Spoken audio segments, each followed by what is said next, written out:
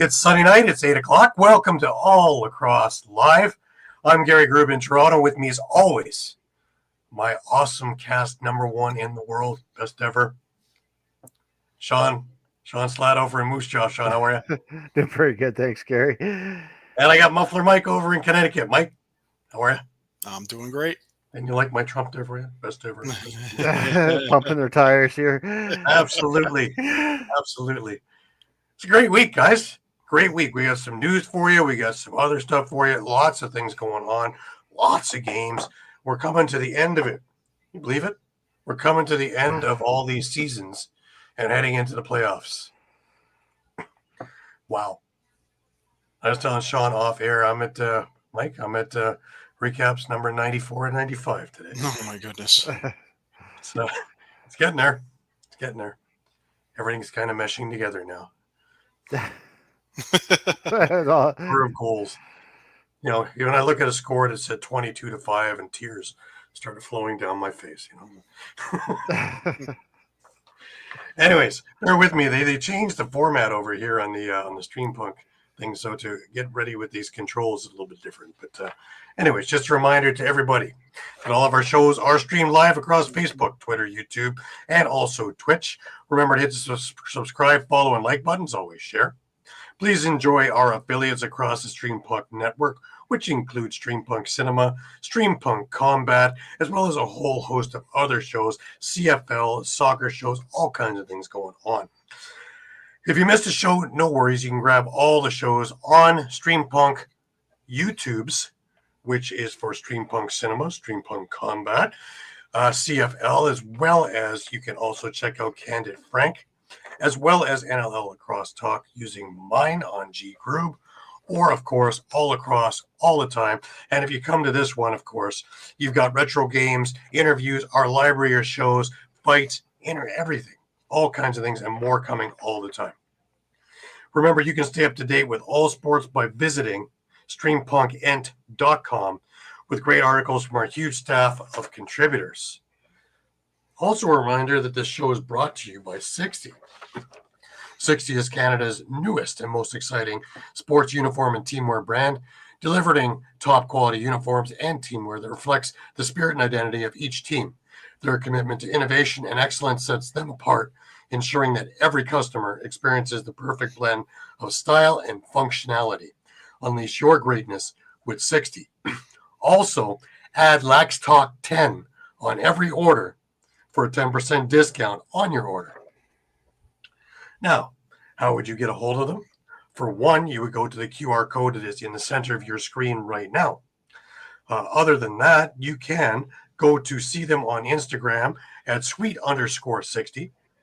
You can email Jim at info.sweet60@gmail.com or go right to their website at www.sweet60.ca/60. And of course, we are working with them, and we're going to have some test products out soon, but just to look at things coming for us. A little bit of something for everybody. All right, a little bit of news this week, guys. Number one, we are only 5 days away, 6 days from the tournament, but 5 days away from the glorious Fan Cup this year in Buffalo. You know, where we terrorize hotel patrons, empty all the stores of their beer, and then go and try and hack around and play a little bit of lacrosse. There might be some lacrosse in there somewhere. Somewhere in there. We're all actually gunning for the Riverworks axe throwing in between games, as well as the Riverworks bars and all the other things that are there. Admission is free to anybody who wants to come. So if you are looking for something to do next Saturday and you are in the Buffalo or Western New York area, please come down. There are silent auctions. There are baskets. There are NLL alumni that are going to be there. All kinds of things going on. It is a weekend extravaganza in which we need a weekend after the weekend. Now hang on. One question. Just Bandits three-peat. We're looking at a possible Archers three-peat in PLL. We're looking at a possible Man Cup three-peat with Six Nations. Aren't we also looking at a possible three-peat with your fan cup team for parking lot? Yes, we are. Yes, we are. Parking lot. Last year we All right, actually hey, parlayed that into year of the three-peat. we actually went into we actually, I don't know how we kept it up, but we actually came in and won the damn fan cup itself. So that took us Yeah, all. all right. Hey, start another Hey, three-peat. yeah. So we're looking at just defending that championship this particular time and adding the ring to the collection. But one thing at a time. I've got to make it to Peterborough first on Thursday so I can come back and then drive to Buffalo on Friday. Yes, I'm insane. It's, for the love of, right? But, hey, I go on. A little bit more news this week. The Oakville Rock made a couple of signings as their late push to try and get into the playoffs, and these are pretty solid. They signed Sheldon Burns a couple of weeks ago. See if you recognize this name at all there, Shawn. Adam J is part of the Oakville Rock at the moment on the back defense. And so is Mr. Bill Hostrauser. They got a whole lot tougher and a whole lot bigger recently. It didn't do much good against Six Nations on Tuesday, but we'll get into that a little bit later. But they certainly are a tougher, stronger unit now with a lot more veteran leadership on there. But hey, we also had the women's grit tournament this weekend that Michelle Boyer has been promoting for the last number of months. It's first, the inaugural one, and boy, oh boy, was it ever a success. We had in third place the New West Salmon Bellies. In second place, the Global Network Squad. And your champions for the inaugural tournament was the Women of ALL Selects, and they came out with a great championship this afternoon. Hopefully you're able to follow along. We had links up so you could watch it live on YouTube. Some great lacrosse. These are just some fantastic players, and just very, very lucky that we're able to catch them and watch some of the greatness. Alrighty, let's move onward. Shawn, why don't you get us up to date with a little bit of Western lacrosse? Yeah, you bet. I guess the Prairie Gold Lacrosse League, they're actually already into their playoffs. Not this Saturday, but the previous July 5th, they started their playoffs actually in the semifinals.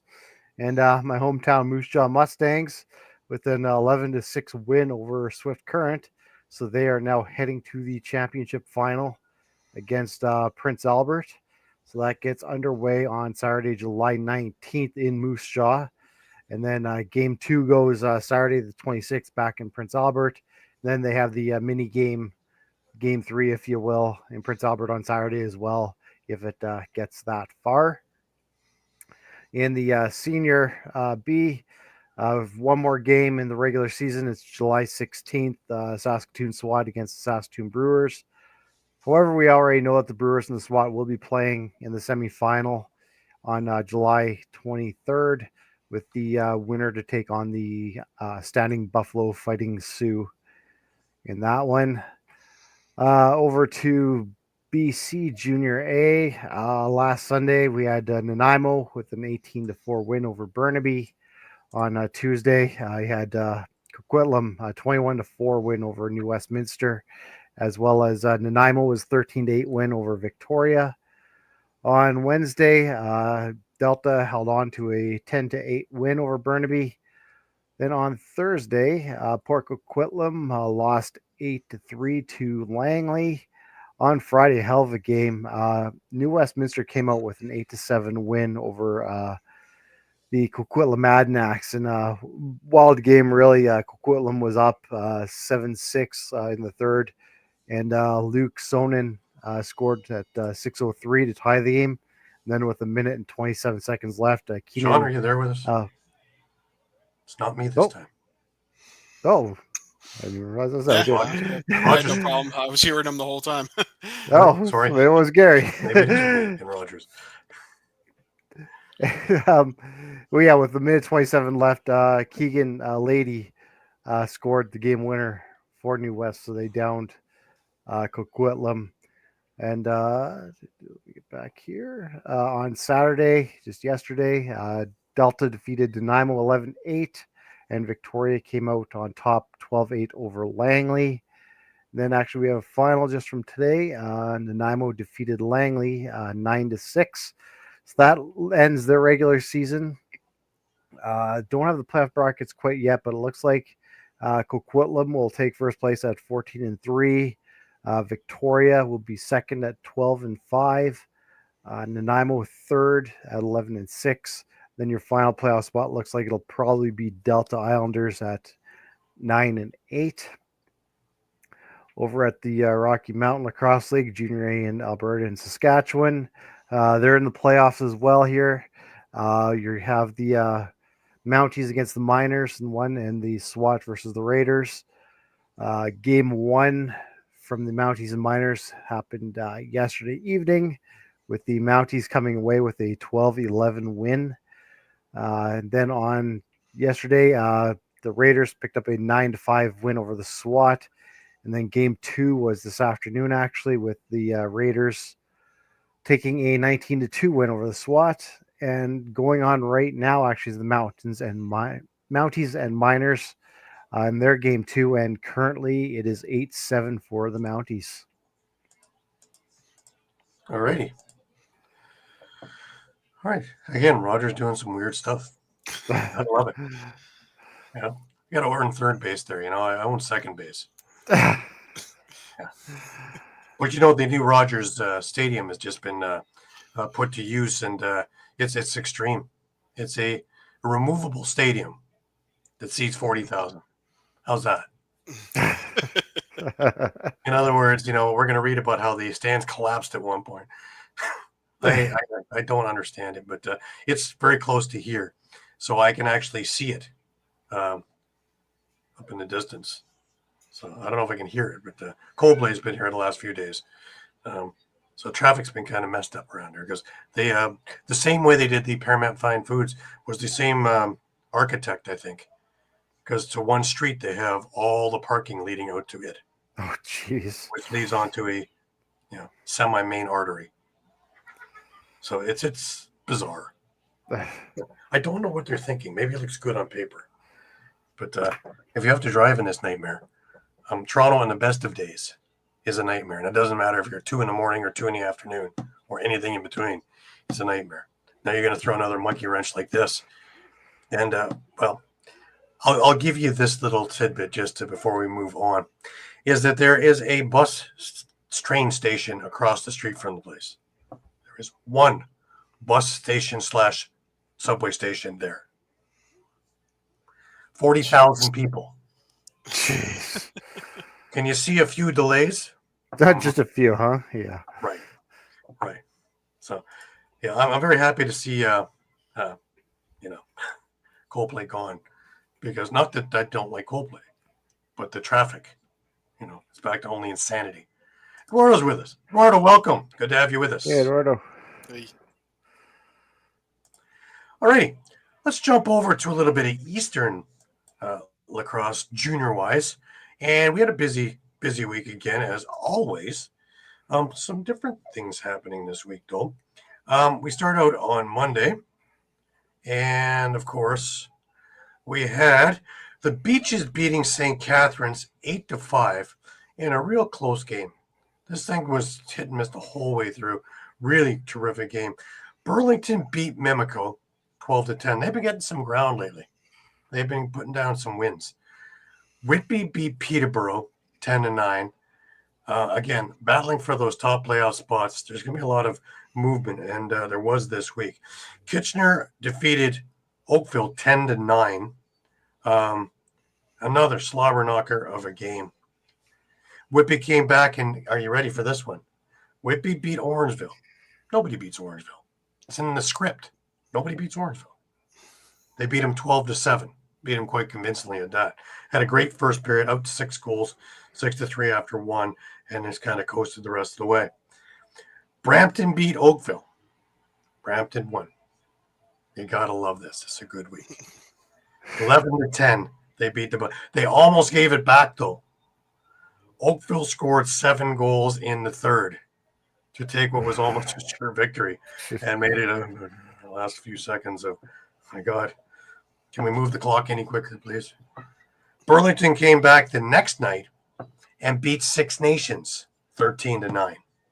So a lot of bizarre things going on here over in Juniorland. Orangeville loses again, this time to Peterborough, 11-9. And a second period that kind of got away from them, kind of cost them this game. Whitby barely slid by Brampton on Friday, 10-9.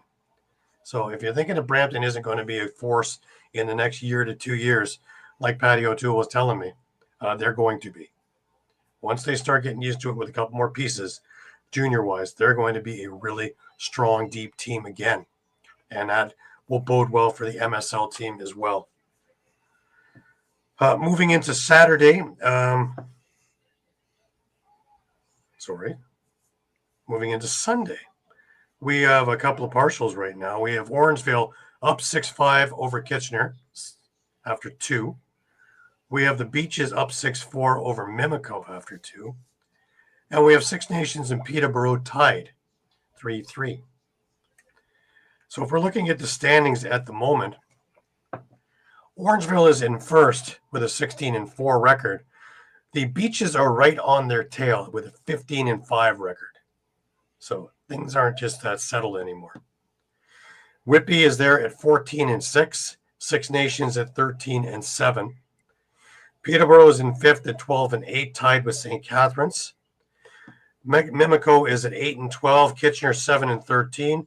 Burlington at 6-14. Oakville has 4 wins with 16 losses, and Brampton is pulling their way out of the basement. They have 3 wins now and 17 losses. So it's going to be a battle for who's not going to be in the basement as well. So competitive stuff all over the board. All right. Moving on to Ontario Series Lacrosse. And we had a couple of really, really great games this weekend. We'll start out on Thursday.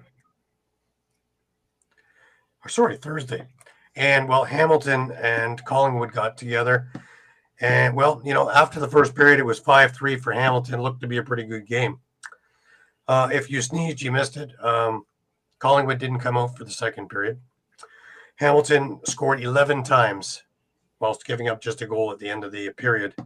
And that was the difference in the game. This game finished 22-5 for the Hamilton Ticats. I mean, the Hamilton Bengals. Sorry. 22-5. Boy, it's a rough week for Collingwood this week. Moving into Saturday, the Brooklyn Merchants hosted the Owen Sound North Stars. And the Merchants, they're ramping up for their run in the President's Cup, I think. And it was an 11-4 drubbing. Deacon Knott looked spectacular in net for Brooklyn. Will McLeod is just tearing it up. He had another 4 goals in this game. Kellen Polera had a couple of goals as well. Braden Saris also with a big game.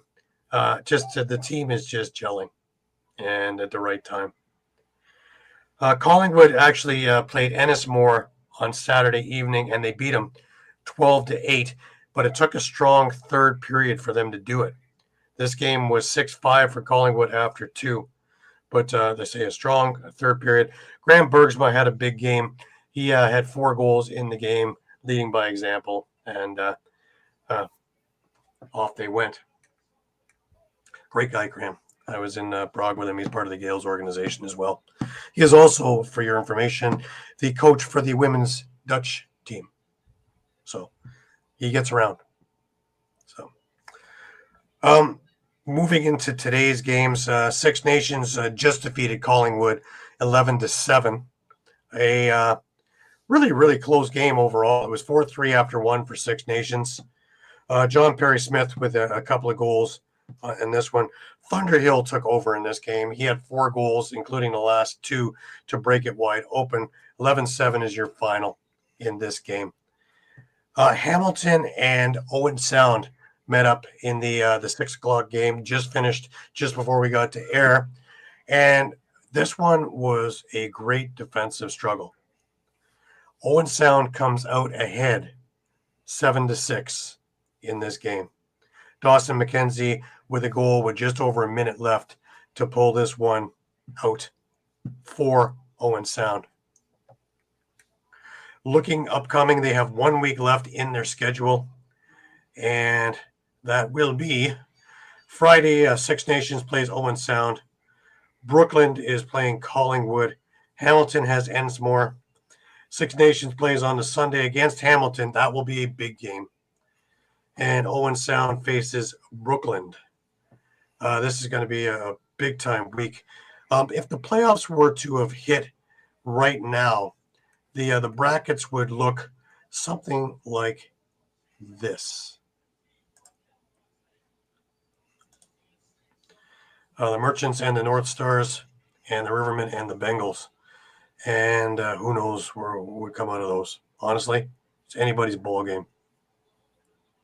So stay tuned. This is going to be a wild finish, and it's going to be a terrific playoff series down the road, on the road to the President's Cup. All right, that brings us on over to the Premier Lacrosse League. And well, the Premier Lacrosse League. First of all, why don't we get this out of the way? You guys did well this week. I didn't do as well. Mike and Shawn at 3-1, and the rest of us at 2-2. Still sitting there on top at 15-9, but Caden and Shawn are starting to creep up, 11-13. Pat at 10-14, and Mike is working his way back to that 500 mark of 9-15. You getting there, Mike? We start this week off with, probably that's not probably my favorite game of the weekend. And that was the New York Atlas. And, of course, Liam Entenmann, who is just an absolute stud, beating the Boston Cannons 17-11. Now, they had something like 30 shots by the half in this game. That's obscene. That's absolutely obscene. Connor Schellenberger, 7 points in this game, 5 goals, 2 assists, and a couple of those goals. First of all, they're seeing eye goals off the crossbars. But boy, the lasers that were coming out of his stick were something else. Asher Nolting for Boston with a goal and 3 assists, leading the scoring for the Cannons. Trevor Baptiste on faceoffs, 17 of 27. Santucci, 13 of 28. Not bad. But here's the big thing, goaltending. 11 saves for each of these guys, Kirst and for Entenmann. The difference is that Kirst faced a whole lot more rubber. But looking at this game, wow. That's all I can say. This was the game that I wanted to see from the Atlas to come up. By the way, those uniforms were smoking. I love those uniforms. Oh, yeah. Gus to find me one of them further for the wall. I tell you, that was just sweet. Most of the throwbacks were nice this year. Yeah, they were. Yeah. Xander Dixon opened up the scoring, followed by a 2-pointer by Michael Grace. Kostiuk, he jumps in there with 1 and is 4-0 before Marcus Holman finally gets Boston on the board. Connor Schellenberger with the next couple, followed by Campbell with 1 for Boston, and it's 6-2 after 1. And really, the edge of the play was really all Atlas. It didn't really go much to Boston's way, to the chagrin of the coaching staff, because you could see them getting a little bit antsy on the bench. So much so that they were taking penalties later in the game. But, hey, what do I know? In the second quarter, a lot more like the first quarter, with Atlas really taking over this game. Xander Dixon got another goal. Kellner got one, followed by Connor Schellenberger. Now, Kirst got one back, make it 9-3, but Jake Stevens and another Kelleher goal, and it's 11-3 at the half. And at this point, there was already 30 shots on net. They just badly outplayed Boston from every angle possible. And every time Boston looked to get on track, Atlas had an answer. And the craziest thing was that there was Jeff Teat not really being involved in a lot of this. So much so that you have to look and see if he's on the floor, on the field. That's crazy. But moving to the second half, and there was a little bit of life in Boston in the third. Even though Schellenberger opened up the scoring, Kurst got one back. Trainer got one for Atlas, and then the other trainer, he got one for Boston. Kostiuk scored again, and then Marcus Holman. So it was 14-7 heading into the fourth. Now, we've seen crazier things. So I don't rest until the game is completely done. Even when it got to 16-7, I wasn't resting. Between a goal from Jeff Teat and a power play goal from Connor Schellenberger. But, of course, then my heart started coming up in my throat. Nolting, Campbell, and Drenner score, and it's 16-10, and I'm thinking, I've seen this movie. I have seen this before. And I'm looking for the clock to go a little bit quicker. 5 minutes is a long time. And slowly but surely, Dixon gives them a little bit more breathing room at 17-10. And then Mackesy scored one for Boston with 13 seconds left. Way too little, way too late. Thoughts on this game, guys? Mike? This is the Atlas that we were expecting? I think so. And they won by a big enough margin that I'm not sure how the head-to-head tiebreakers are determined in conference, but if it's goal differential, Atlas has it now over the Cannons. So that's a huge plus. Yeah. Definitely. Their goal differential now is plus 10 also for the Atlas, which jettisons them up into Denver territory, which is plus 12. So that's big. Yeah, Boston with that goal differential thing took them from positive, put them to negative. They're at a -5 now. So this hurts them in any of those kind of tie breaks. But we move on to the second game of that night.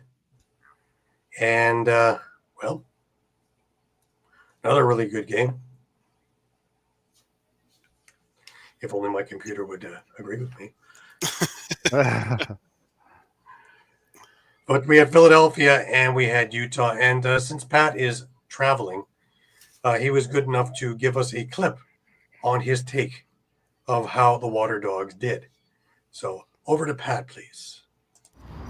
Arf, arf, arf. What's going on? This is your guy, Pat Bernard. You know why I'm barking this morning? Because the Philadelphia Water Dogs were barking last night. They were howling. They turned the Utah Archers in their personal chew toy last night.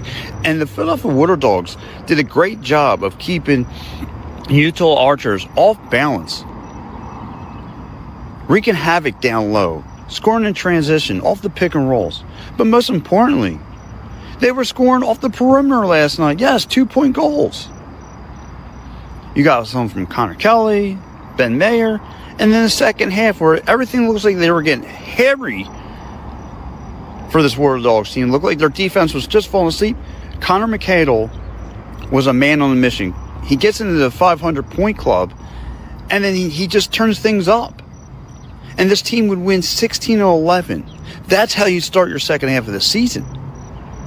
Now the Water Dogs sit at 4-2. Great start. All right, guys, I'll catch you later. It's your boy, Pat Bernard. See you later. Bye-bye. That about says it all, really. Their personal chew toy. I can see the T-shirts. Yeah. Yeah. Watch the Water Dogs make you into their personal chew toy.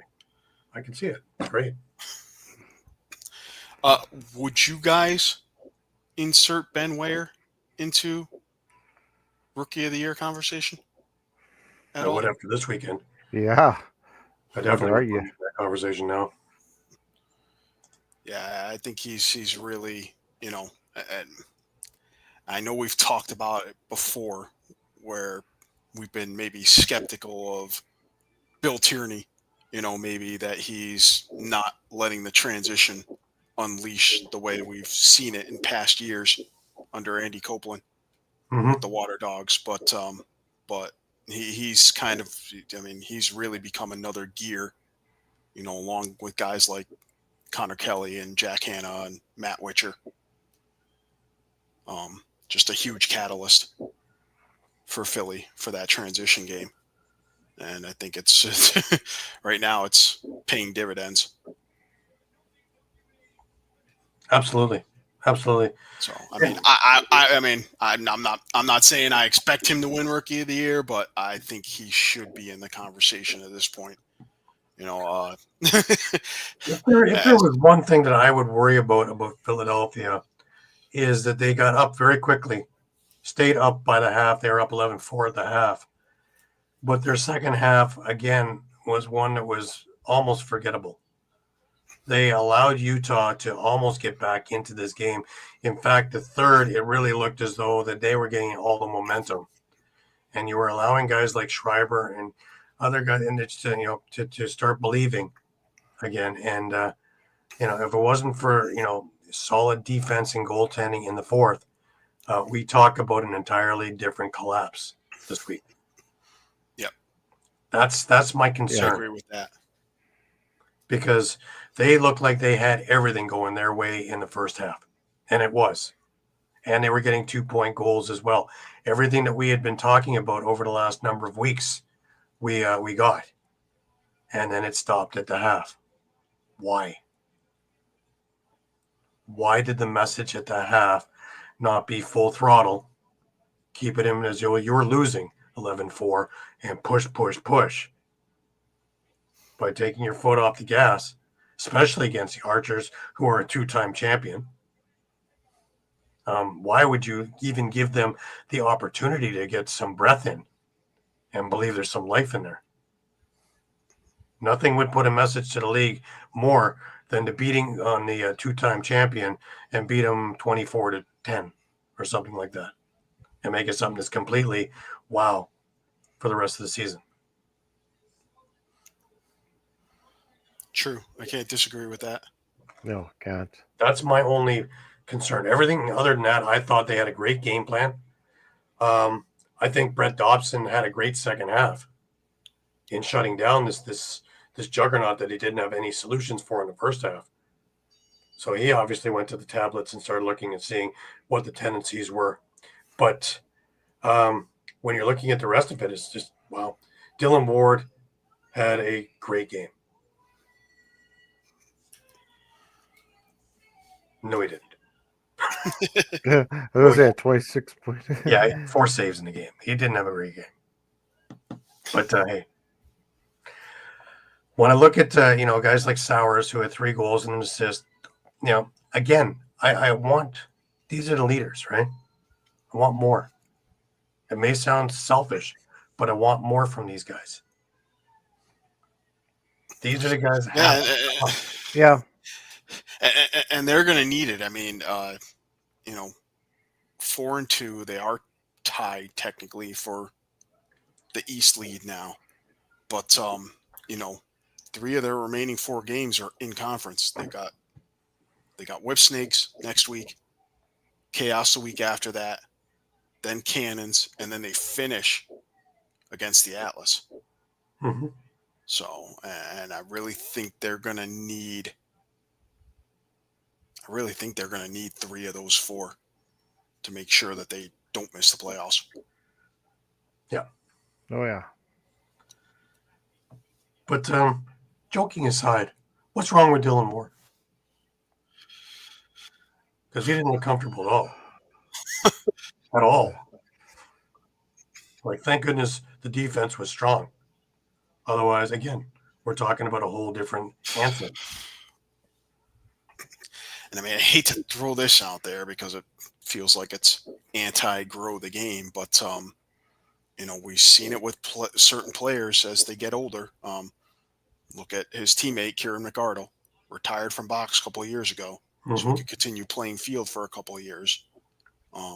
We've seen it with a few other guys. Wait till you hear that from Schreiber this year. Yeah, Have a feeling. Yeah, dude. I mean, maybe he's at the point where he needs to pick one or the other. Well, there was a lot of behind the scenes things going on too, right? one of the reasons he didn't get traded at the trade deadline is so he can finish up in Toronto. So I don't think you're going to see him sign somewhere else. So would that be the end of his career? Or does he come back for a swan song in Toronto for Bucks? Or is that it? And it's now field only for the predominantly field player. Yeah. Yeah. I mean, because over the last couple of years, there's been a lot of injury problems, right? Yeah, I mean, I don't want to start speculation, but if we think Dylan Ward is leaning towards doing one versus the other, which do you think he leans toward? Bucks. He grew up as a Bucks player. Yeah. It's kind of what I was thinking too. And he's still playing pretty well as a box goalie. He's a lot more exposed here as a field goalie. And he's had, surprisingly enough, he's had his big injuries in field, not in box. So remains to be seen, but yeah, he didn't look very comfortable at all. And that's going to be a problem down the stretch. For Philadelphia, they're going to make a push, amongst other things. So we'll see. We'll see. But yeah, I mean, I feel like even if he struggles, I feel like Water Dogs are one of those teams that they have, not that every team doesn't have a capable backup, but I mean, I would consider Matt DeLuca to be, if he's the backup, to be one of the better backups in the league. Right. That could step in. I feel like there's some other teams right now. I mean, if you're Denver, do you want to see Owen McElroy back in net? You certainly don't. The way Logan McNaney's playing right now. So the field is less scheduled, right? That's true. Yeah. More time. Yeah, that's true. More time to rest, fewer games to play. So that is something to consider. And I mean, maybe that factored into McArdle's decision a couple of years ago to stop playing box. Yeah. So, he was already pretty well established, as we know. He just reached the 500-point mark, 7th all time in field and points. So. All right, let's move on. We had Carolina and we had California. Both needed a win in this game badly. Yeah, and another yet another power outage by the Redwoods. The end of the game. Another one that started off strong and finished off like a wimp. Yeah, and again, I mean, it's several games now. I mean, we talked about it before the All-Star break that they were having this issue. They've now dropped 4 straight after losing 12-10 to Carolina, and Carolina's now back at 500. As a result, for the Redwoods, Dylan Malloy, pair of goals. Chris Kavanaugh had a goal and 2 assists. Romar Dennis and Jared Connors each had a 2-point goal. That's what got them out to the early lead. They got a goal each from Ryder Garnsey, Andrew McAdory, and Sam English. TD Erlin 13 of 21 on faceoffs, and Chase Erlin had 12 saves in net. For the Chaos, the big fourth quarter, outscoring California 5-2, and the final 2 goals broke a 10-10 tie, courtesy of Ross Scott, who finished with 3 goals and an assist. Owen Hiltz, 2 goals and 2 assists, and he's been on fire since joining the team in the middle of the season. Cross Ferrara, pair of goals. Adam Charlambides had a goal and an assist. Josh Sawada, a goal and an assist. Justin Inacio, 11 of 21 on faceoffs. He also had a goal. And Blaze Reardon, 18 saves. So he had a big game, 69.2% save percentage. That's the old Blaze. Yeah, that's the Blaze. Remember. And one thing that the broadcast team did note was, especially in the second half, just Redwoods just not a lot of movement at all on offense. Just kind of looking for ISOs, taking shots from outside that he hadn't, Blaze had an easy time seeing and stopping, and just weren't the Redwoods weren't getting into the dirty areas, it seemed. No, they had 7 2-point shots. 7 2-point shots. Jeez. So they're obviously not trying to go inside. No. Anywhere near inside. Yeah. I mean, unless you were Cannons last year, living and dying by the 2-pointer. But they only had a 28% percentage of ratio of good to bad, and that's time to think of a different strategy. If 1 in 5 is going in, or 1 in 4 is going in, and you're only shooting 8, that's not even 2. Right. So maybe it's time to get inside or close to it, closer to it. But that didn't work. Yeah, I mean,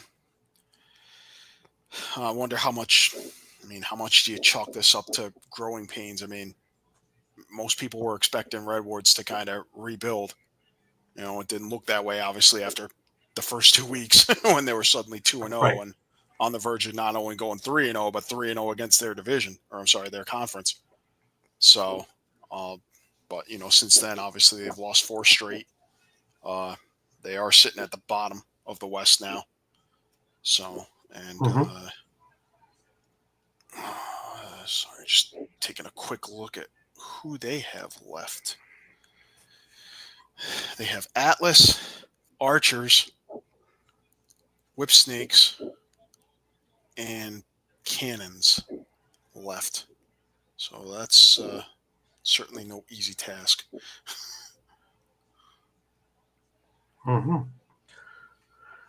Interesting. But yeah, I just wonder about it.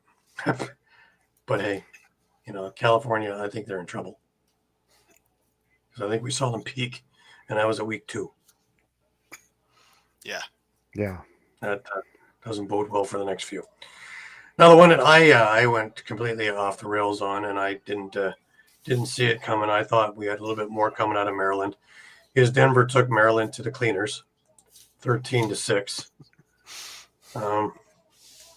Yeah, definite. Maryland really didn't get into the game till almost halftime, but that time was over. Yeah, not good, and not much offense other than Matt Brandow and Levi Anderson. Each of them had a pair of goals. Adam Patois with a goal and an assist. Colin Heacock with a goal. TJ Malone back in the lineup for Whipsnakes, but he was held to an assist. Rob Pinnell, just an assist. Aiden Carroll, just an assist. One bright spot, Joe Nardella, 16 of 22 on faceoffs. But and Emmett Carroll, 16 saves on the day for Maryland. For the Outlaws, just same MO, I guess. You got 4 Two-Watertown Award winners, and they're all contributing. Brennan O'Neill, 2 goals, a 2-point goal, and 2 assists for 6 points total. Pat Kavanaugh, 3 goals and an assist. Jared Bernhardt, a hat trick. Logan Wisnauskas had a goal along with Justin Anderson and Zach Geddes. And probably your front runner for Rookie of the Year, Logan McNaney, 15 saves, and he's now 4-0 as a starter. And they're on a 4-game win streak, and now they sit alone atop the West. They're a game ahead of Chaos and 2 games ahead of Redwoods and Archers. Right, and this coming week, they play Boston, so it doesn't get any easier. Do they? Yeah. Wait a minute. Who's that? Yeah. That's a big game.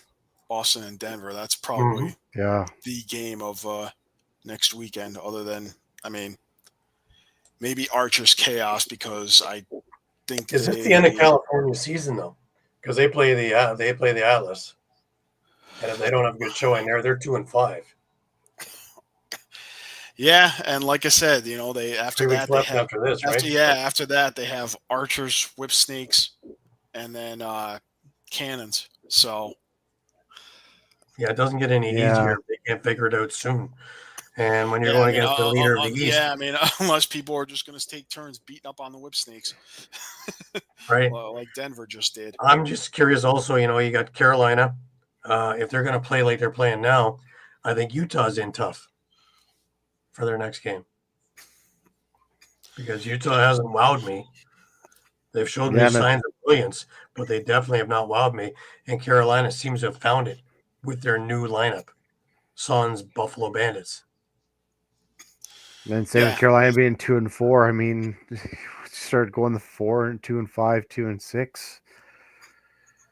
well, that would be Utah. I think Carolina's 3-3. They're 3-3 So- Yeah, Carolina. it's 3-3 So, but Carolina. yeah, Yeah, but, but I'm you saying know, if they, yeah. Carolina, if Utah loses to Carolina, Right, like, right, yeah. right. But hey, I mean, if they pull off the win, now they and Carolina are both at 3-4. So Yeah, right it's back in kind the of mix. anybody's. Now we go to the Saturday games, and you got Boston and Denver, and that's one I have circled. And why? Because I got a feeling that we haven't seen the Boston team that I think is really the one that I think that they have. And no better time than now to bring that one out and show us what you got. Because without this one, this will level a playing field over in the West. Or it'll just jettison Denver to a division title. One of those two. Yeah, just about. Yeah. So And then, of course, we have Maryland against Philadelphia. And, well, yeah, I mean, Water Dogs won the first meeting, so there's just a chance to. I mean, just chance to can Maryland find the up switch? keep pace with. You can keep Can they pace find the with. up switch, though? Because, again, can they take advantage of if Dylan Ward is not playing well?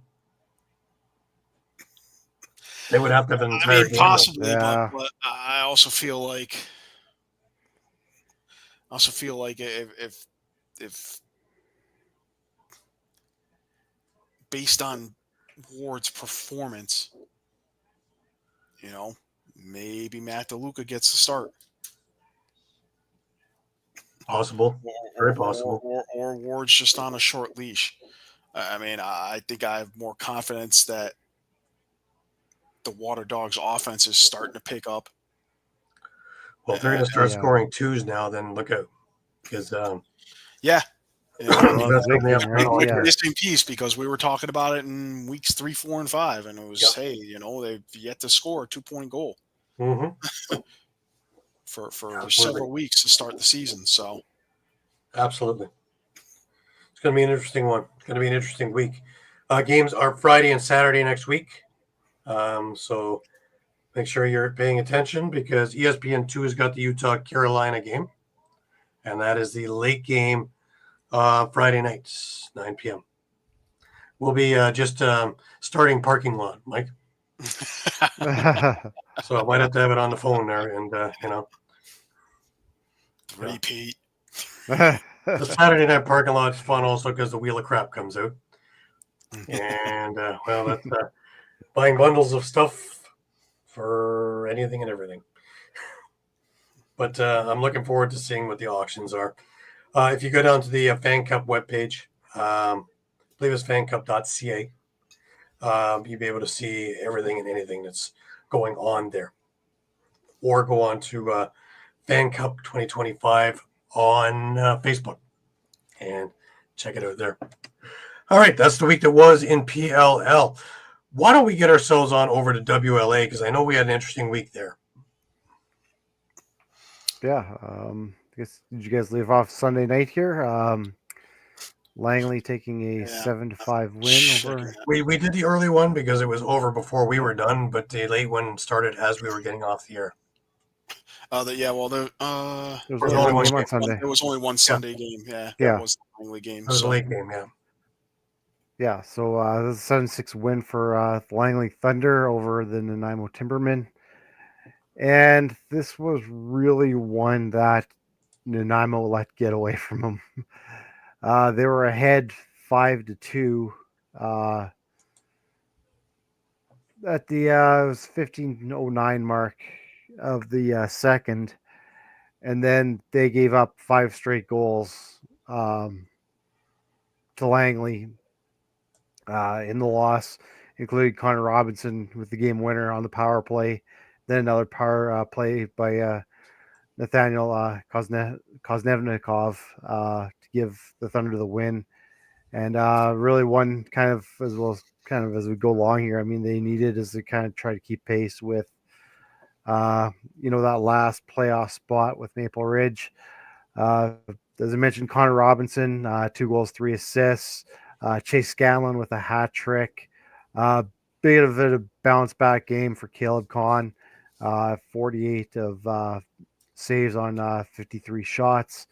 For Nanaimo, not much offense. Noah Manning had a pair of goals, 2 assists by Thomas Faison. Jordan Neary with a goal and an assist, and Ryan Sheridan with a goal and an assist. And Devlin Shanahan stopped 52 of 59 shots in the loss.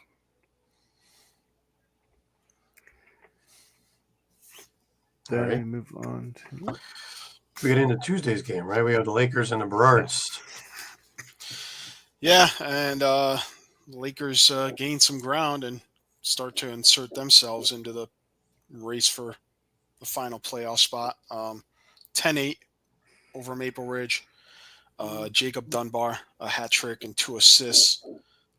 They got a goal and 2 assists from Sam LaRue and Silas Richmond. 4 other players had a goal and an assist for the Lakers. Keegan Malenichuk, 29 saves. For Maple Ridge, Garrett Winter, 3 goals and an assist. Marcus Klarich, 2 goals and 3 assists. They got a goal and an assist each from Reese Porteous and Peyton Cormier. Brandon Humphrey, 42 saves.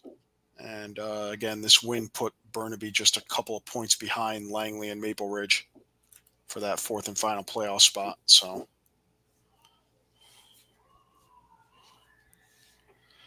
All right.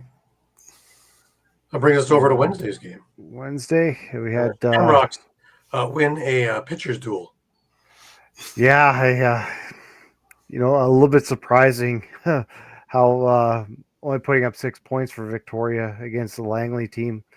And actually, again, credit to Caleb Kahn, youngster. He actually shut out Victoria in the 3rd period. He stopped all 12 shots that he faced from the Shamrocks. But Jesse King had 4 assists in this game, so he was kind of the playmaker out there. You had Zach Mans a goal and an assist. Patrick Dodds 2 assists and a goal. Crystal Regularity 21 saves on 44 shots. For the Thunder, your goals, well, you had 3 of them. So you got 1 from John Phillips, Cordell Primus with the 1 goal, and Kyle Brunch with the 3rd. And like I said, Caleb Kahn, give the kid credit for a youngster like that to only allow 6 against a team like Victoria. Made 40 of 46, 40 saves on 46 shots. So, even in the loss, give that kid credit for standing up against a powerhouse like Victoria. Absolutely. Shocking, though, eh? Victoria all that power, 6 goals. Yeah. Shocking. But then again, we go to the next night and we have the Adnex and the Salmon Bellies in what could be a finals preview. Yeah, and this was a crazy one, and probably one New West would want back because they were, again, up by 3 goals in the 3rd, actually early in the 3rd, and gave up 4 straight to give the Adnex a 9-8 win.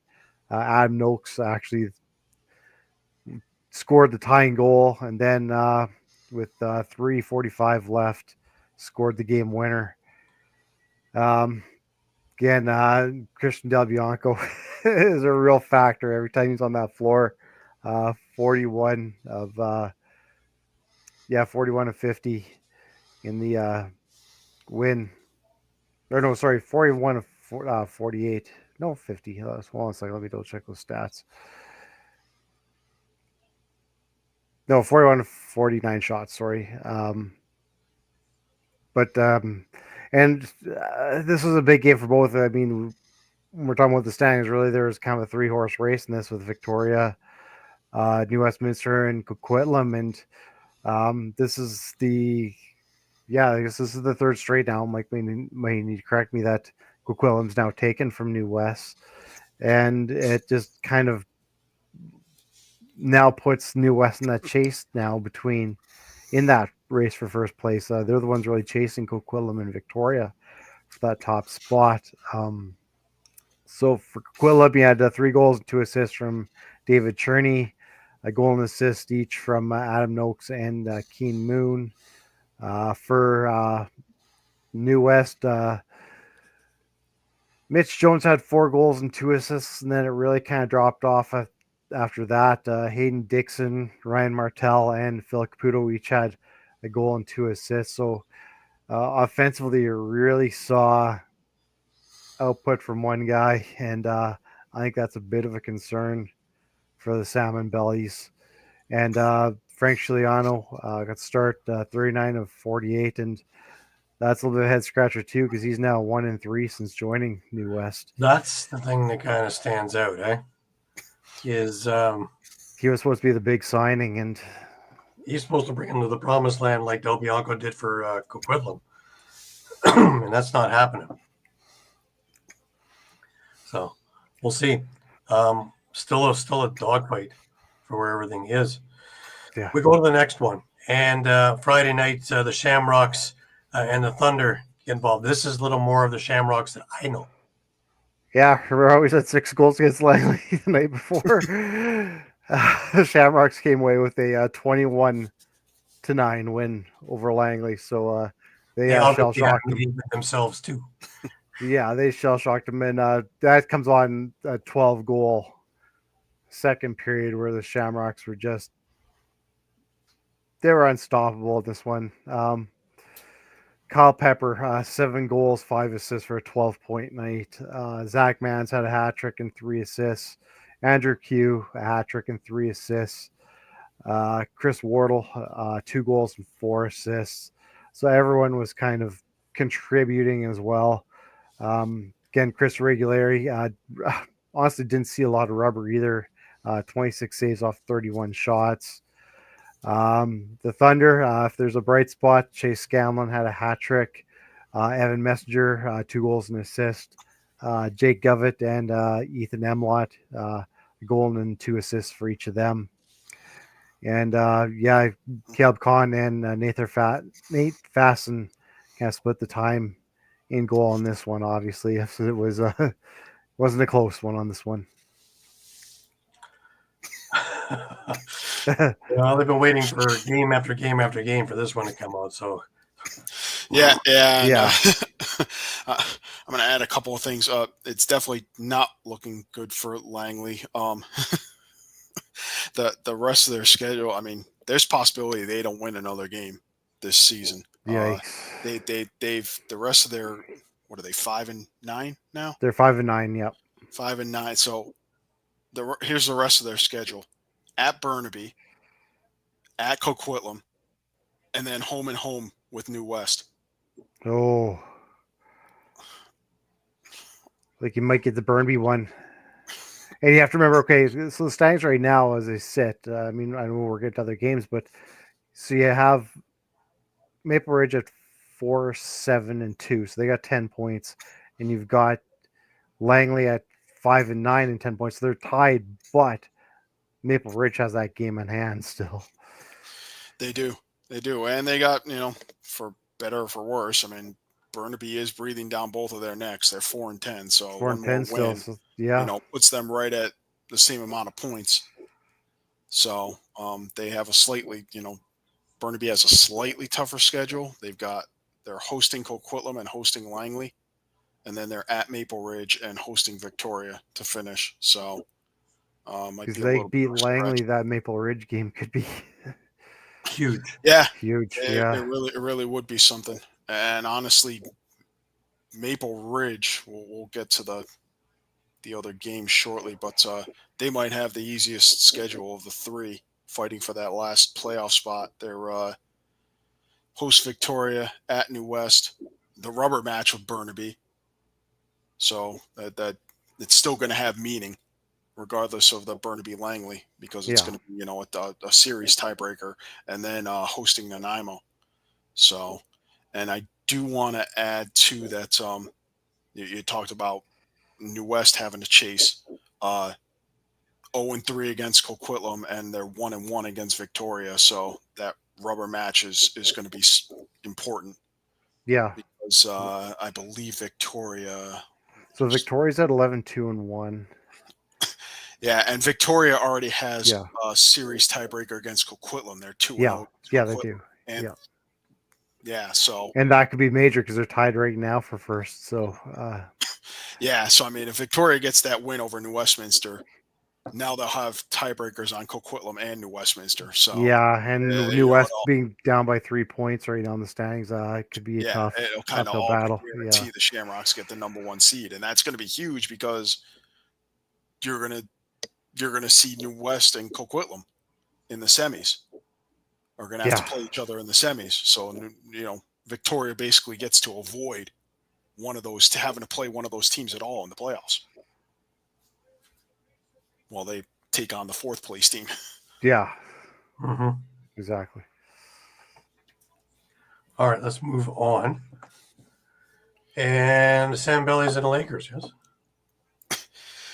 Yeah, and New West kind of had control of this game pretty much from the start. They opened with a 4-goal run, led 5-3 after the first period, then opened the second quarter with a 3-goal run and pretty much cruised from there to an 11-7 win.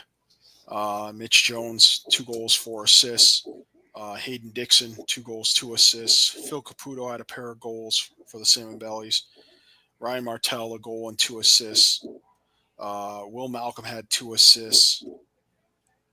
Tyrell Hamer-Jackson, 13-21 on faceoffs, and Justin Getty got the start for the Salmon Bellies, making 46 saves. For Burnaby, kind of a rough one. Jacob Dunbar, hat trick and an assist. Silas Richmond had a goal and 2 assists. Gordy Phillips had a goal. Ben McDonald had a goal. Keegan Malenichuk, 31 saves in the loss. Burnaby kind of misses a chance to pull into a 3-way tie for 4th place. Alrighty. And I just one more thing. My little caption there. Certainly, it's a possibility that Coquitlam not only wins the Minnow Cup, but potentially wins the Man Cup. I'm still looking into it, but I'm not sure that any city has pulled off this double before. And if there is one, it's probably somewhere back between like the 1910s and 1940s that it happened. I don't know. Brampton has some pretty good teams. Just want to point out a bit of a rarity that and I mean both of these championships have been awarded for over 100 years now, and we may have yet to see an instance where a city won both the junior and the senior A championships in the same year. Just like curiosity of that, Mike, too, I just looked up senior B for Prezzies. Luckily, the Coquitlam Bandits are 6-9 and sitting in 4th place. So we might not get the triple crown there for Coquitlam. I think there's a number of teams that have something to say about that. But anyways. Oh, certainly. Yeah. But I just wanted to point out, I mean, there's certain other. There are definitely maybe a couple other cities that we have 2 NL All-Star teams right now in the MSL. Yeah, yeah. They're both clamoring and foaming at the mouth. Anyways, but one more game to cover. Coquitlam is the reigning Minto champion, right? They certainly are, and they're looking really good junior A's again this year. So. Yeah, Orangeville has got a taste and a chomp in their mouth, but lately they've had a little bit of trouble. But we'll see. Should be interesting in St. Catharines in next month.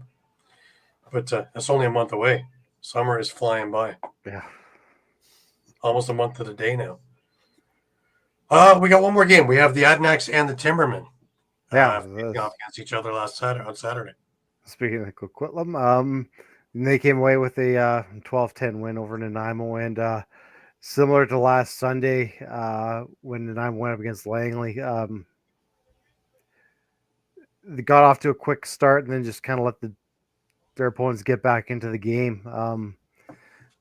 Nanaimo was actually up 5-3 after the first, and they were tied 7-7 after the second. And then it was a 5-3 third period for Coquitlam to get the win, the come from behind win. So it seems that that's kind of the MO right now with Nanaimo, is they'll kind of get up to that lead, but then just can't hold it. For the Adnax, 5 assists from Clark Walter, 2 goals and 3 assists from Adam Noakes, goal and 3 assists from Jalen Chaster. He also had a pair of goals from David Cherney and James Ray. No Christian Del Bianco on Saturday night. Andrew Glant got the start. He made 28 saves on 38 shots. He was backed up by Ryder Bremner. For Nanaimo, Luke Pilcher had a hell of a game. Unfortunately for Timberman coming on the losing end, because he had 5 goals and an assist for 6 points. Ryan Sheridan, a goal and 4 assists. Thomas Vason, 2 goals, 2 assists. Then Noah Manning and Colton Lidstone, goal and 2 assists each. And again, Devlin Shanahan comes out on the wrong end. 42 saves on 53 shots. Right. And we have a game going off tonight still. We have the Timbermen and the Berards facing off in about an hour or so. So that should be a decent game as well. Yeah. Again, it'll be a question of Hey guys, got 8 games coming up after tonight. Yeah. We got our busiest week. The WLA. You're almost into my territory. So. Yeah. I was kind of doing some math. Almost looks like Nanaimo's kind of magic numbers 1, like another loss or another win by any of the guys basically ahead of them Eliminates them. And they're eliminated. Yeah. And we know Victoria and Coquitlam have already clinched, so the WLA's already posted about that, and I'm sure one more win from the Salmon Bellies will clinch for them. Yeah, clinch for them. So, alrighty, busy week. Yep. Now over in the MSL, their counterparts, we've had a fairly strange week this week. Already talked about Hostrauser and Jay coming to Oakville. Well, Monday night, Oakville played the Coburg Kodiaks, and this was a pretty good game, considering both teams are not sitting at the top of the standings. But this wound up being an 8-7 game in overtime. Big things in this game. Ty Thompson for the Coburg Kodiaks with a couple of goals. But he opened up the scoring early on in the game. Coming back were Mike McCannell and Carson Moyer for Oakville, up 2-1 after 1. Ty English made it 3-1 really early into the second, and then all of a sudden, kaboom. Here comes the Kodiaks. Thunder Hill, followed by Aaron Woods, followed by a pair from Ty Thompson, and all of a sudden, 3-1 became 5-3 for the Kodiaks. Josh Towick, Luke Robinson with a pair, and all of a sudden it is 6-5. Thunder Hill puts a late goal up, and it's 6-6 going into the third period. We get back to this defensive struggle in the third, where only one goal from each team hits, and before you know it, we're into overtime. Not much of an overtime, guys. 9 seconds into overtime, Ty English scores, and Oakville comes away as your 9-8 winner. Great game, and everybody got a chance to get reacclimated into what was going on. Now, that's just the start of things, because the next night Oakville had to go to Six Nations into that buzzsaw. And, well, after one period, it was 1-1. I'm thinking, these defensive changes that for Oakville are working. Ian McKay had a goal with Sam Leclerc was back in the lineup, and he evened up the game, so it was 1-1 after one. In fact, the Oakville Rock went up 2-1 with Luke Robinson scoring early on into the second on the power play. Brendan Bombury tied it. Robinson again scored to put them up 3-2 with about half of a period to go. Well, from that point on, the Six Nations Chiefs scored 9 solid goals, giving up none. And there she blow. It was an 11-3 victory for the Six Nations Chiefs, who just absolutely shut the door altogether. Josh Byrne had probably his best game as a Chief with a few goals there, and absolutely started to roam around the floor like he was a bandit, which he's had no room to do through most of the summer season, being a different setup of rules. Shane Jackson had a couple of goals as well, and he looks to be primed and ready with that patented snipe from the side. Ian McKay also with a couple of goals, doing all the dancing in front and all the dirty areas. And then if he needed someone to just power his way through, he had Brendan Bombury with a couple of goals there. And that was how it looked. And funny enough, there was only 2 penalties in this entire game. Not something I'm accustomed to seeing. Troy Holochuk played net for the Rock. He looked pretty good for the first half of the game, and then it just overwhelmed. Warren Hill was in net for the Chiefs, and he had a good game there. We move on into Wednesday, and Peterborough wound up going into Brooklyn, and this looked like it was going to be a walkaway for Peterborough. It was 1-1 after one, but the Lakers scored 7 times in the second and took an 8-4 lead heading into the third. Now, to Brooklyn's credit, they didn't fold up the tents and say, enough is enough and we're going to go home, because that's right around the corner. They came out flying in the third period with 4 goals. Tanner Cook got one, Taggart Clark with a pair, and Sean Wesley. And before you knew it, we were sitting at a tie game. And it took a late goal from Mitch Ogilvie off a Thomas Hogarth pass with just 3:11 to go for Peterborough to come away with the nail-biting victory. Nick Rose looked pretty good in net. He faced 41 shots. Zach Higgins faced 50 shots. So both goalies look pretty strong. But Peterborough is starting to look like Peterborough, which brings me to the next night in which I was up in Peterborough for the Six Nation Chiefs and the Peterborough Laker game. For the game, I saw John Tavares in the parking lot. Of course, I had Brad McCulley's shirt on because, he had to get it signed for me. And, of course, that was a player on his first championship team. So, something to chat about. But Peterborough played an aggressive game. And we're used to hearing, Ressiteris, and Ressiteris wasn't playing in this game. Hola Katoni wasn't playing in this game. For Six Nations, Ryan Smith wasn't playing, nor was Cody Jamieson. But the rest of their all-star team was. Peterborough played a defensive strategy of aggressiveness, and offense went inside quickly. Names you're going to hear a lot of in this little report is Carter Page and Justin Sykes, who both were spectacular. Now, asking Nick Rose about Justin Sykes, he goes, I'm not really surprised. He was leading the juniors in scoring for the last couple of years, and he's just doing his thing up here in senior ball. So expect big things, and he delivered. Carter Page scored just 20, 30 seconds into the game. Justin Sykes added a goal a couple of minutes later. Hogarth got one on the power play for for the Lakers as well, and it was 3-0 for Peterborough just 7 minutes into the game. Larson Sundown got one back and it was 3-1 after one. Peterborough comes out on fire in the second. They score a shorthanded goal a minute and a half in. Carter Page again. Thomas Hogarth gets a power play goal about 5 minutes in, followed by Braden Saris.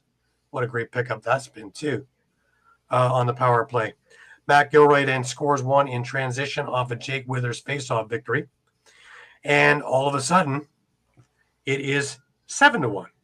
And this is looking to be a little of a laugher. And again, still playing very aggressive. Now, you're only going to hold the Chiefs down for so long. There's a lot of talent there.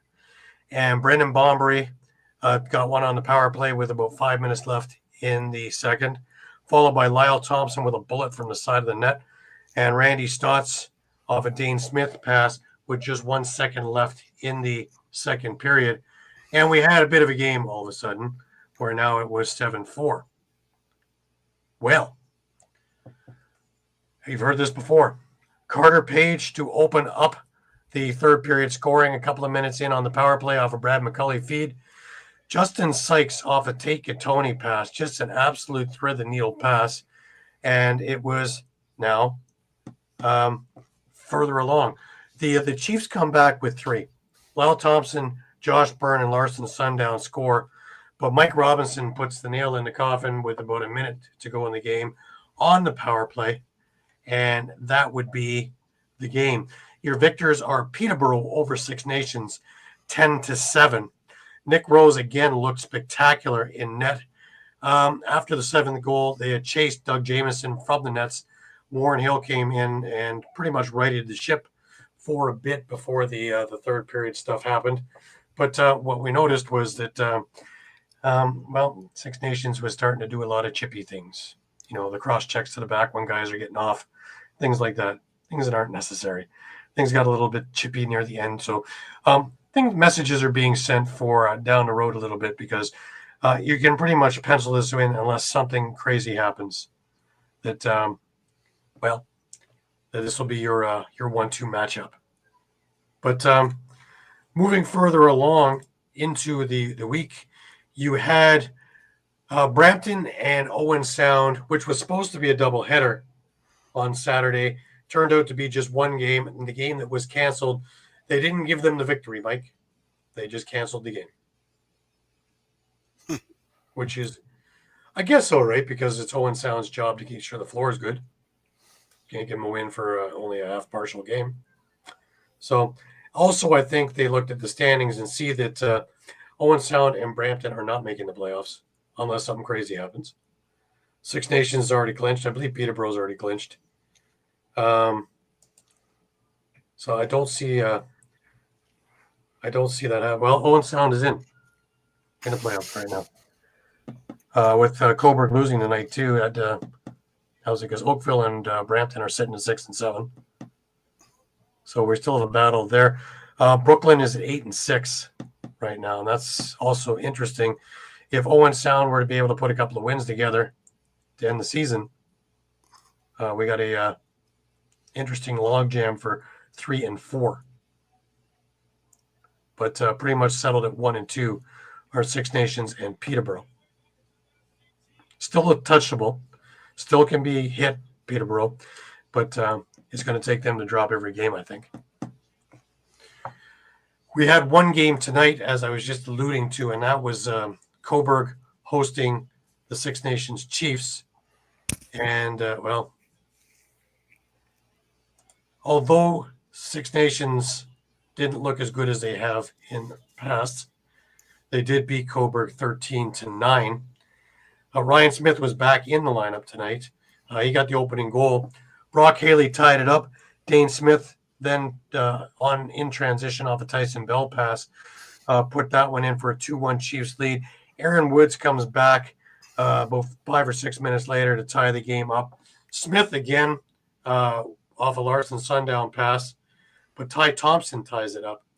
Larson Sundown scores with a couple minutes left, and Six Nations goes to the dressing room with a 4-3 lead.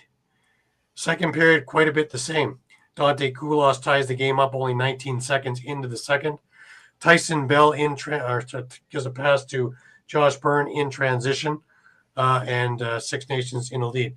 Alex Marinier ties it up. Ryan Smith gives Six Nations in the lead. Aaron Woods ties it up. Randy Stotts, Josh Byrne, and Dane Smith. There is your little run that puts Six Nations out in front. Marinier gets one more goal, and it is 9-7 heading into the third period. Still can be attainable for Coburg. However, the MO of Six Nations all summer through most of their games has been hang around, put into fifth gear into the third period. Well, in the third period, about 10 minutes into the period, because the first 10 minutes were end-to-end action with no scoring, Shane Jackson scored, followed by Ryan Smith a minute and a half later, followed by Josh Byrne a minute and a half after that, followed by Dane Smith. And there was your difference maker. Now, Coburg came back with a couple of late goals from Alex Marinier and David Anderson, but it was already too big a hole to dig out of. And Six Nations comes away with the 13-9 victory. Upcoming this week, we have Brooklyn heading into Oakville on Monday night at 7:30. Brampton is into Six Nations Tuesday. It would be great if Brampton pulled that one off. They keep losing by one goal. Yeah. So why not be able to get on the right side of that one goal? They keep putting pieces there, so I like what they're doing. And they played Six Nations tough a couple of weeks ago for about 35, 40 minutes. And then, of course, the third period, right? The MO. Moving to Wednesday, Owen Sound is facing Brooklyn. Thursday, Coburg heads into Brampton, and Oakville heads into Peterborough. I will be at that Peterborough game again. Saturday, Peterborough is into Owen Sound, and Sunday, Brampton is into Coburg. We're coming to the end of the season. There's only another week and a half left in it. So, nitty-gritty time. So it's going to be interesting. But it's still anybody's ball game, as we can see. The only one for sure with a spot, of course, is Six Nations. No one's catching them. Now, I'm wondering, with some of these games that are close, do they rest players now? They are, yes, the most talented team in the league and the all-star team. They're also, by a long shot, the oldest team. In games that don't mean anything, should they be resting people? Mike, what do you think? I mean, sounds like a smart move to me. Yeah. They sat Cody and they sat Ryan Smith. Should they be sitting other guys in there? Some of their defense, maybe. Yeah, I'm sure they can figure out some sort of a rotation. I mean, That's what I was kind of thinking. If this is a rotation, I don't think you're going to sit every guy every night, but Well, you find a nice platoon goalies. rotation. Why wouldn't you platoon some of the other guys in there too, right? Yeah. Especially when you have games like three games. I think those guys, that they're buying into everything. I mean, it's a chance for a three-peat here. Yeah, so. it's really business as They usual didn't for mail it in on Six Thursday. Nations. They did not mail it in on Thursday. Thursday is the best game I've seen the Lakers play, and that's the lineup that they should be using if they want to do something. Add Aristotera, Holden Catoni in there as well, and you just have more firepower. But putting in the speedsters like the Sarases, like the Sykes, like the Page in there, their defense stood tall, very tall. They didn't let. The one thing that really stood out to me was what Six Nations is notorious for, especially a guy like Lyle Thompson, is cutting down the middle, making a circular turn and cutting down the middle for the shot. And every time that they tried that, they ran into a cement wall called McGilray or something like that. And they couldn't do it. More shots were deflected by getting sticks in lanes and off net. It certainly looked like Peterborough did their homework. Now, Peterborough did take a loss. Austin Hazen busted his leg on the Wednesday game, and he's gone for the rest of the season. So there's a piece that's not in there. But when you got Sykes and Page to mop up the rest of it, You got a resurgence from Russa Terrence, from a Hogarth. Tate Katoni's had a great summer so far. Holden, when he gets back, is going to be just as much firepower.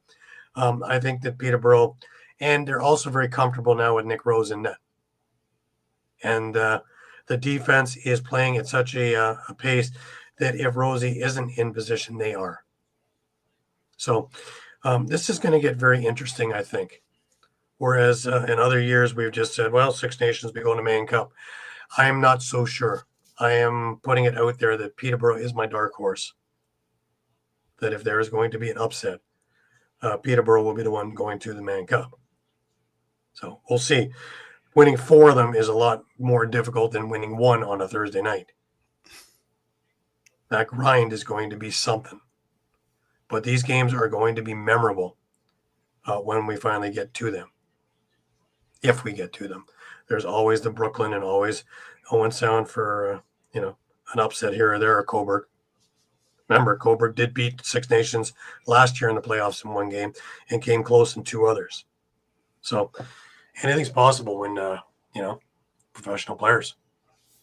Yep. But it's going to be very, very interesting down the stretch. Just like the WLA is going to be very interesting down the stretch, jockeying for position.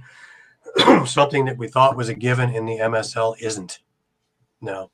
And with a couple other players coming back to other teams, that's not a given either. So games that you almost had as a check mark already, you have to erase that check mark because these are going to be grind-em-out games. And the teams that are supposed to not win don't know that.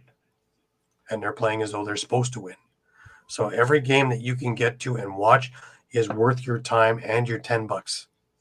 We got $10. It's nothing. To watch this caliber, you're watching NLL games for way under NLL prices. Get your butts to the arenas. Support this product because, man, I love summer ball more than I love NLL. Always have. It's a much more aggressive thing.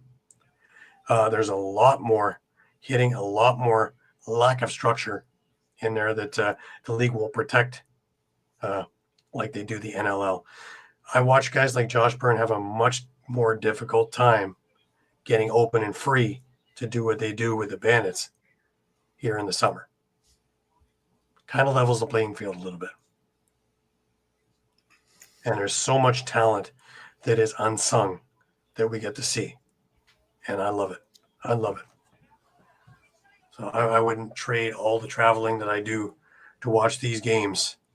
Mind you, every now and again I catch a 22-5 dog. But for every 10-7 Peterborough over Six Nations gem, it's worth it. Hey, we get the odd 21-9 in the West here too. So Yep. Yeah. We had our shutout. We had our 17-0 shutout back earlier in the season, right? But generally speaking, the lacrosse is phenomenal, both in Senior B and in Senior A. And you're robbing yourself of a good evening out watching some damn fine lacrosse. If you say, nah, I'm not going to go. Get out there. You'll love it. I was going to say even Junior B, Gary, because we got Junior B out in Moose Jaw here. And I mean, I think the admission's $5. Yeah. To watch these kids play. I mean, how can you go wrong? Yeah, no, I watched some great Gales games, Junior B, also playoff games against Kahnawake, and boy, oh boy, wow. So all over the board there. It's just spectacular. So reminder that we are on Facebook, we are on Twitter, we are on Instagram, we are on X, we are on Thread. We are also on YouTube. Please tell everybody you know and people you don't know, stop them in the street, stop cars in the middle. If they're protesting, take the flag out and tell them to get onto YouTube and take a look at this. It'll get a much better view for them. Kidding. Anyways, come back, check with us 3, 4, 5 times a day. The news is always changing. We have our thumbs on the pulse of the situation always.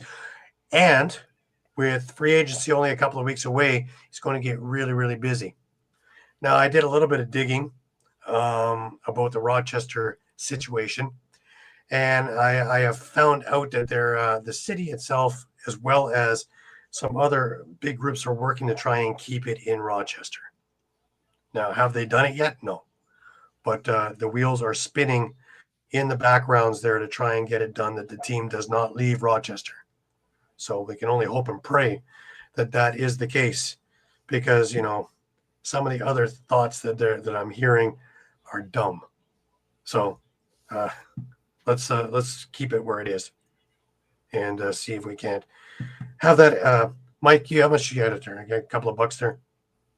What's that? You have a couple of bucks there. I'm gonna put it in the kitty. I'm gonna start a Put GoFundMe. the key by Rochester. Yeah. We're gonna if we can put ourselves, 15, 20 bucks a piece there, and GoFundMe. We're gonna be like Green Bay. We're gonna have like a internationally owned Rochester Nighthawks. It'll be the International Nighthawks playing out of Rochester. It's a thought. It's a thought. Hey, I haven't heard any better ideas. Until I do, that's the best one that's on the floor. Come on, people, we can do better. Anyways, that brings us to last words. Shawn, let's start with you since you missed last words last week. Yeah, no, really looking forward to these final few weeks in WLA. As we said, nothing's given right now, and especially this game tonight, because a lot is on the line, especially for Nanaimo. This loss will put them, like we said, it'll put them out. Yep. Mike, last words to you. Yeah, I mean, I'll echo Shawn with the WLA. It's going to be the busiest week of the season with only 2 weeks left. And what looks like 6 teams fighting for 4 spots. Right. And then PLL, obviously, every team in action again next week like they were this weekend. And, definitely some things on the line especially for archers, redwoods, whip snakes. Don't want to fall to 2 and 5 if they can help it. Absolutely. Mine, I have props. Remember, Fan Cup. Fan Cup. Fan Cup. Fan Cup. That will be all that will be on our minds at the end of the week. Fan Cup. It's all the mind will be able to hold by the end of the weekend. Fan Cup. If you have a chance, if you're anywhere near Western New York or Southern Ontario and can get to Western New York, or if you just like to drive and want to get over to Western New York, Riverworks in Buffalo on Saturday. Opening ceremonies are at 8:30. First game is at 9. We'll be going to about 3:30 or 4 o'clock in the afternoon. The lacrosse deteriorates as the day deteriorates in most cases. But the bars get busier. Also, you might not want to be by the axe throwing later in the day. If they start throwing lacrosse sticks, you'll know. But yeah, so that should be a great time. I was looking at the numbers, and over the last 22 years that we've done this, we've raised $140,000 for local charities. So excellent. That's awesome. Not bad for the fans of the NLL. Yeah. Just trying to get together, considering when you look back at how this thing began in the history. It started in 2002. It was Rochester, Buffalo, and Toronto in a game for a case of beer. Just for bragging rights. It's still for bragging rights, and it's still for a lot of beer. But it's for a lot of money for local charities all over the place, and all really great organizations that work alongside of Fan Cup. And the NLL is working with us and everything like that too. So it's turned into a pretty big thing. And a lot of guys like myself have this thing circled on our calendars from the time that this one ends for next year. And God only knows where it's going to wind up being. It might even make its way back to a Chicago or Minnesota, which it hasn't done in a number of years. So this should be interesting. But hey, more road trips. Can never get too many of those. We'll just saddle up the car and away we go. Anyways, also it's going to be a busy week for MSL as they're jockeying for position. Should be out to a couple of games this week. Hoping to get out to Oakville tomorrow. Not sure about that. Jake Withers is on the NLL show Tuesday night at 8 o'clock because, he scheduled himself last week, but he had a game. So we had to move it. Oops. And Thursday night, Connor Kiernan is on the show. So it'll be a busy little time, Thursday afternoon, sorry. After I do the show, I have to get into traffic to go to Peterborough. Sucks to be me. I wish I had a helicopter. The Lacrosse copter, can you see it? Just there you go. Something to think about now, eh? Anyways, until next week. Same time, same channel, same everything. Thank you, everybody, for being with us week in, week out, all week long, checking out all the recaps and all of the other things that are going on. We really appreciate all the patronage and all the support throughout everything. For Shawn Slaght over in Moose Jaw and for Muffler Mike over in Connecticut, I'm Gary Groob in Toronto, wishing you the best of weeks. Have a great week. Stay cool, man. There's a heat wave here in Toronto again. You'll remind me about this in February when it's minus 28, right? Yeah. That's minus 74 in Saskatchewan. Yeah, trust me, we're in a heat wave too. It's not fun. Oh, yeah. You can cut it with a knife out here, and it's just wild. But this global warming thing, I'm telling you, it goes one extreme to the other. But anyways, remember, keep your sticks high, keep your spirits higher until we meet again next Sunday at 8 p.m. Eastern. Have a great week. Take care, everybody.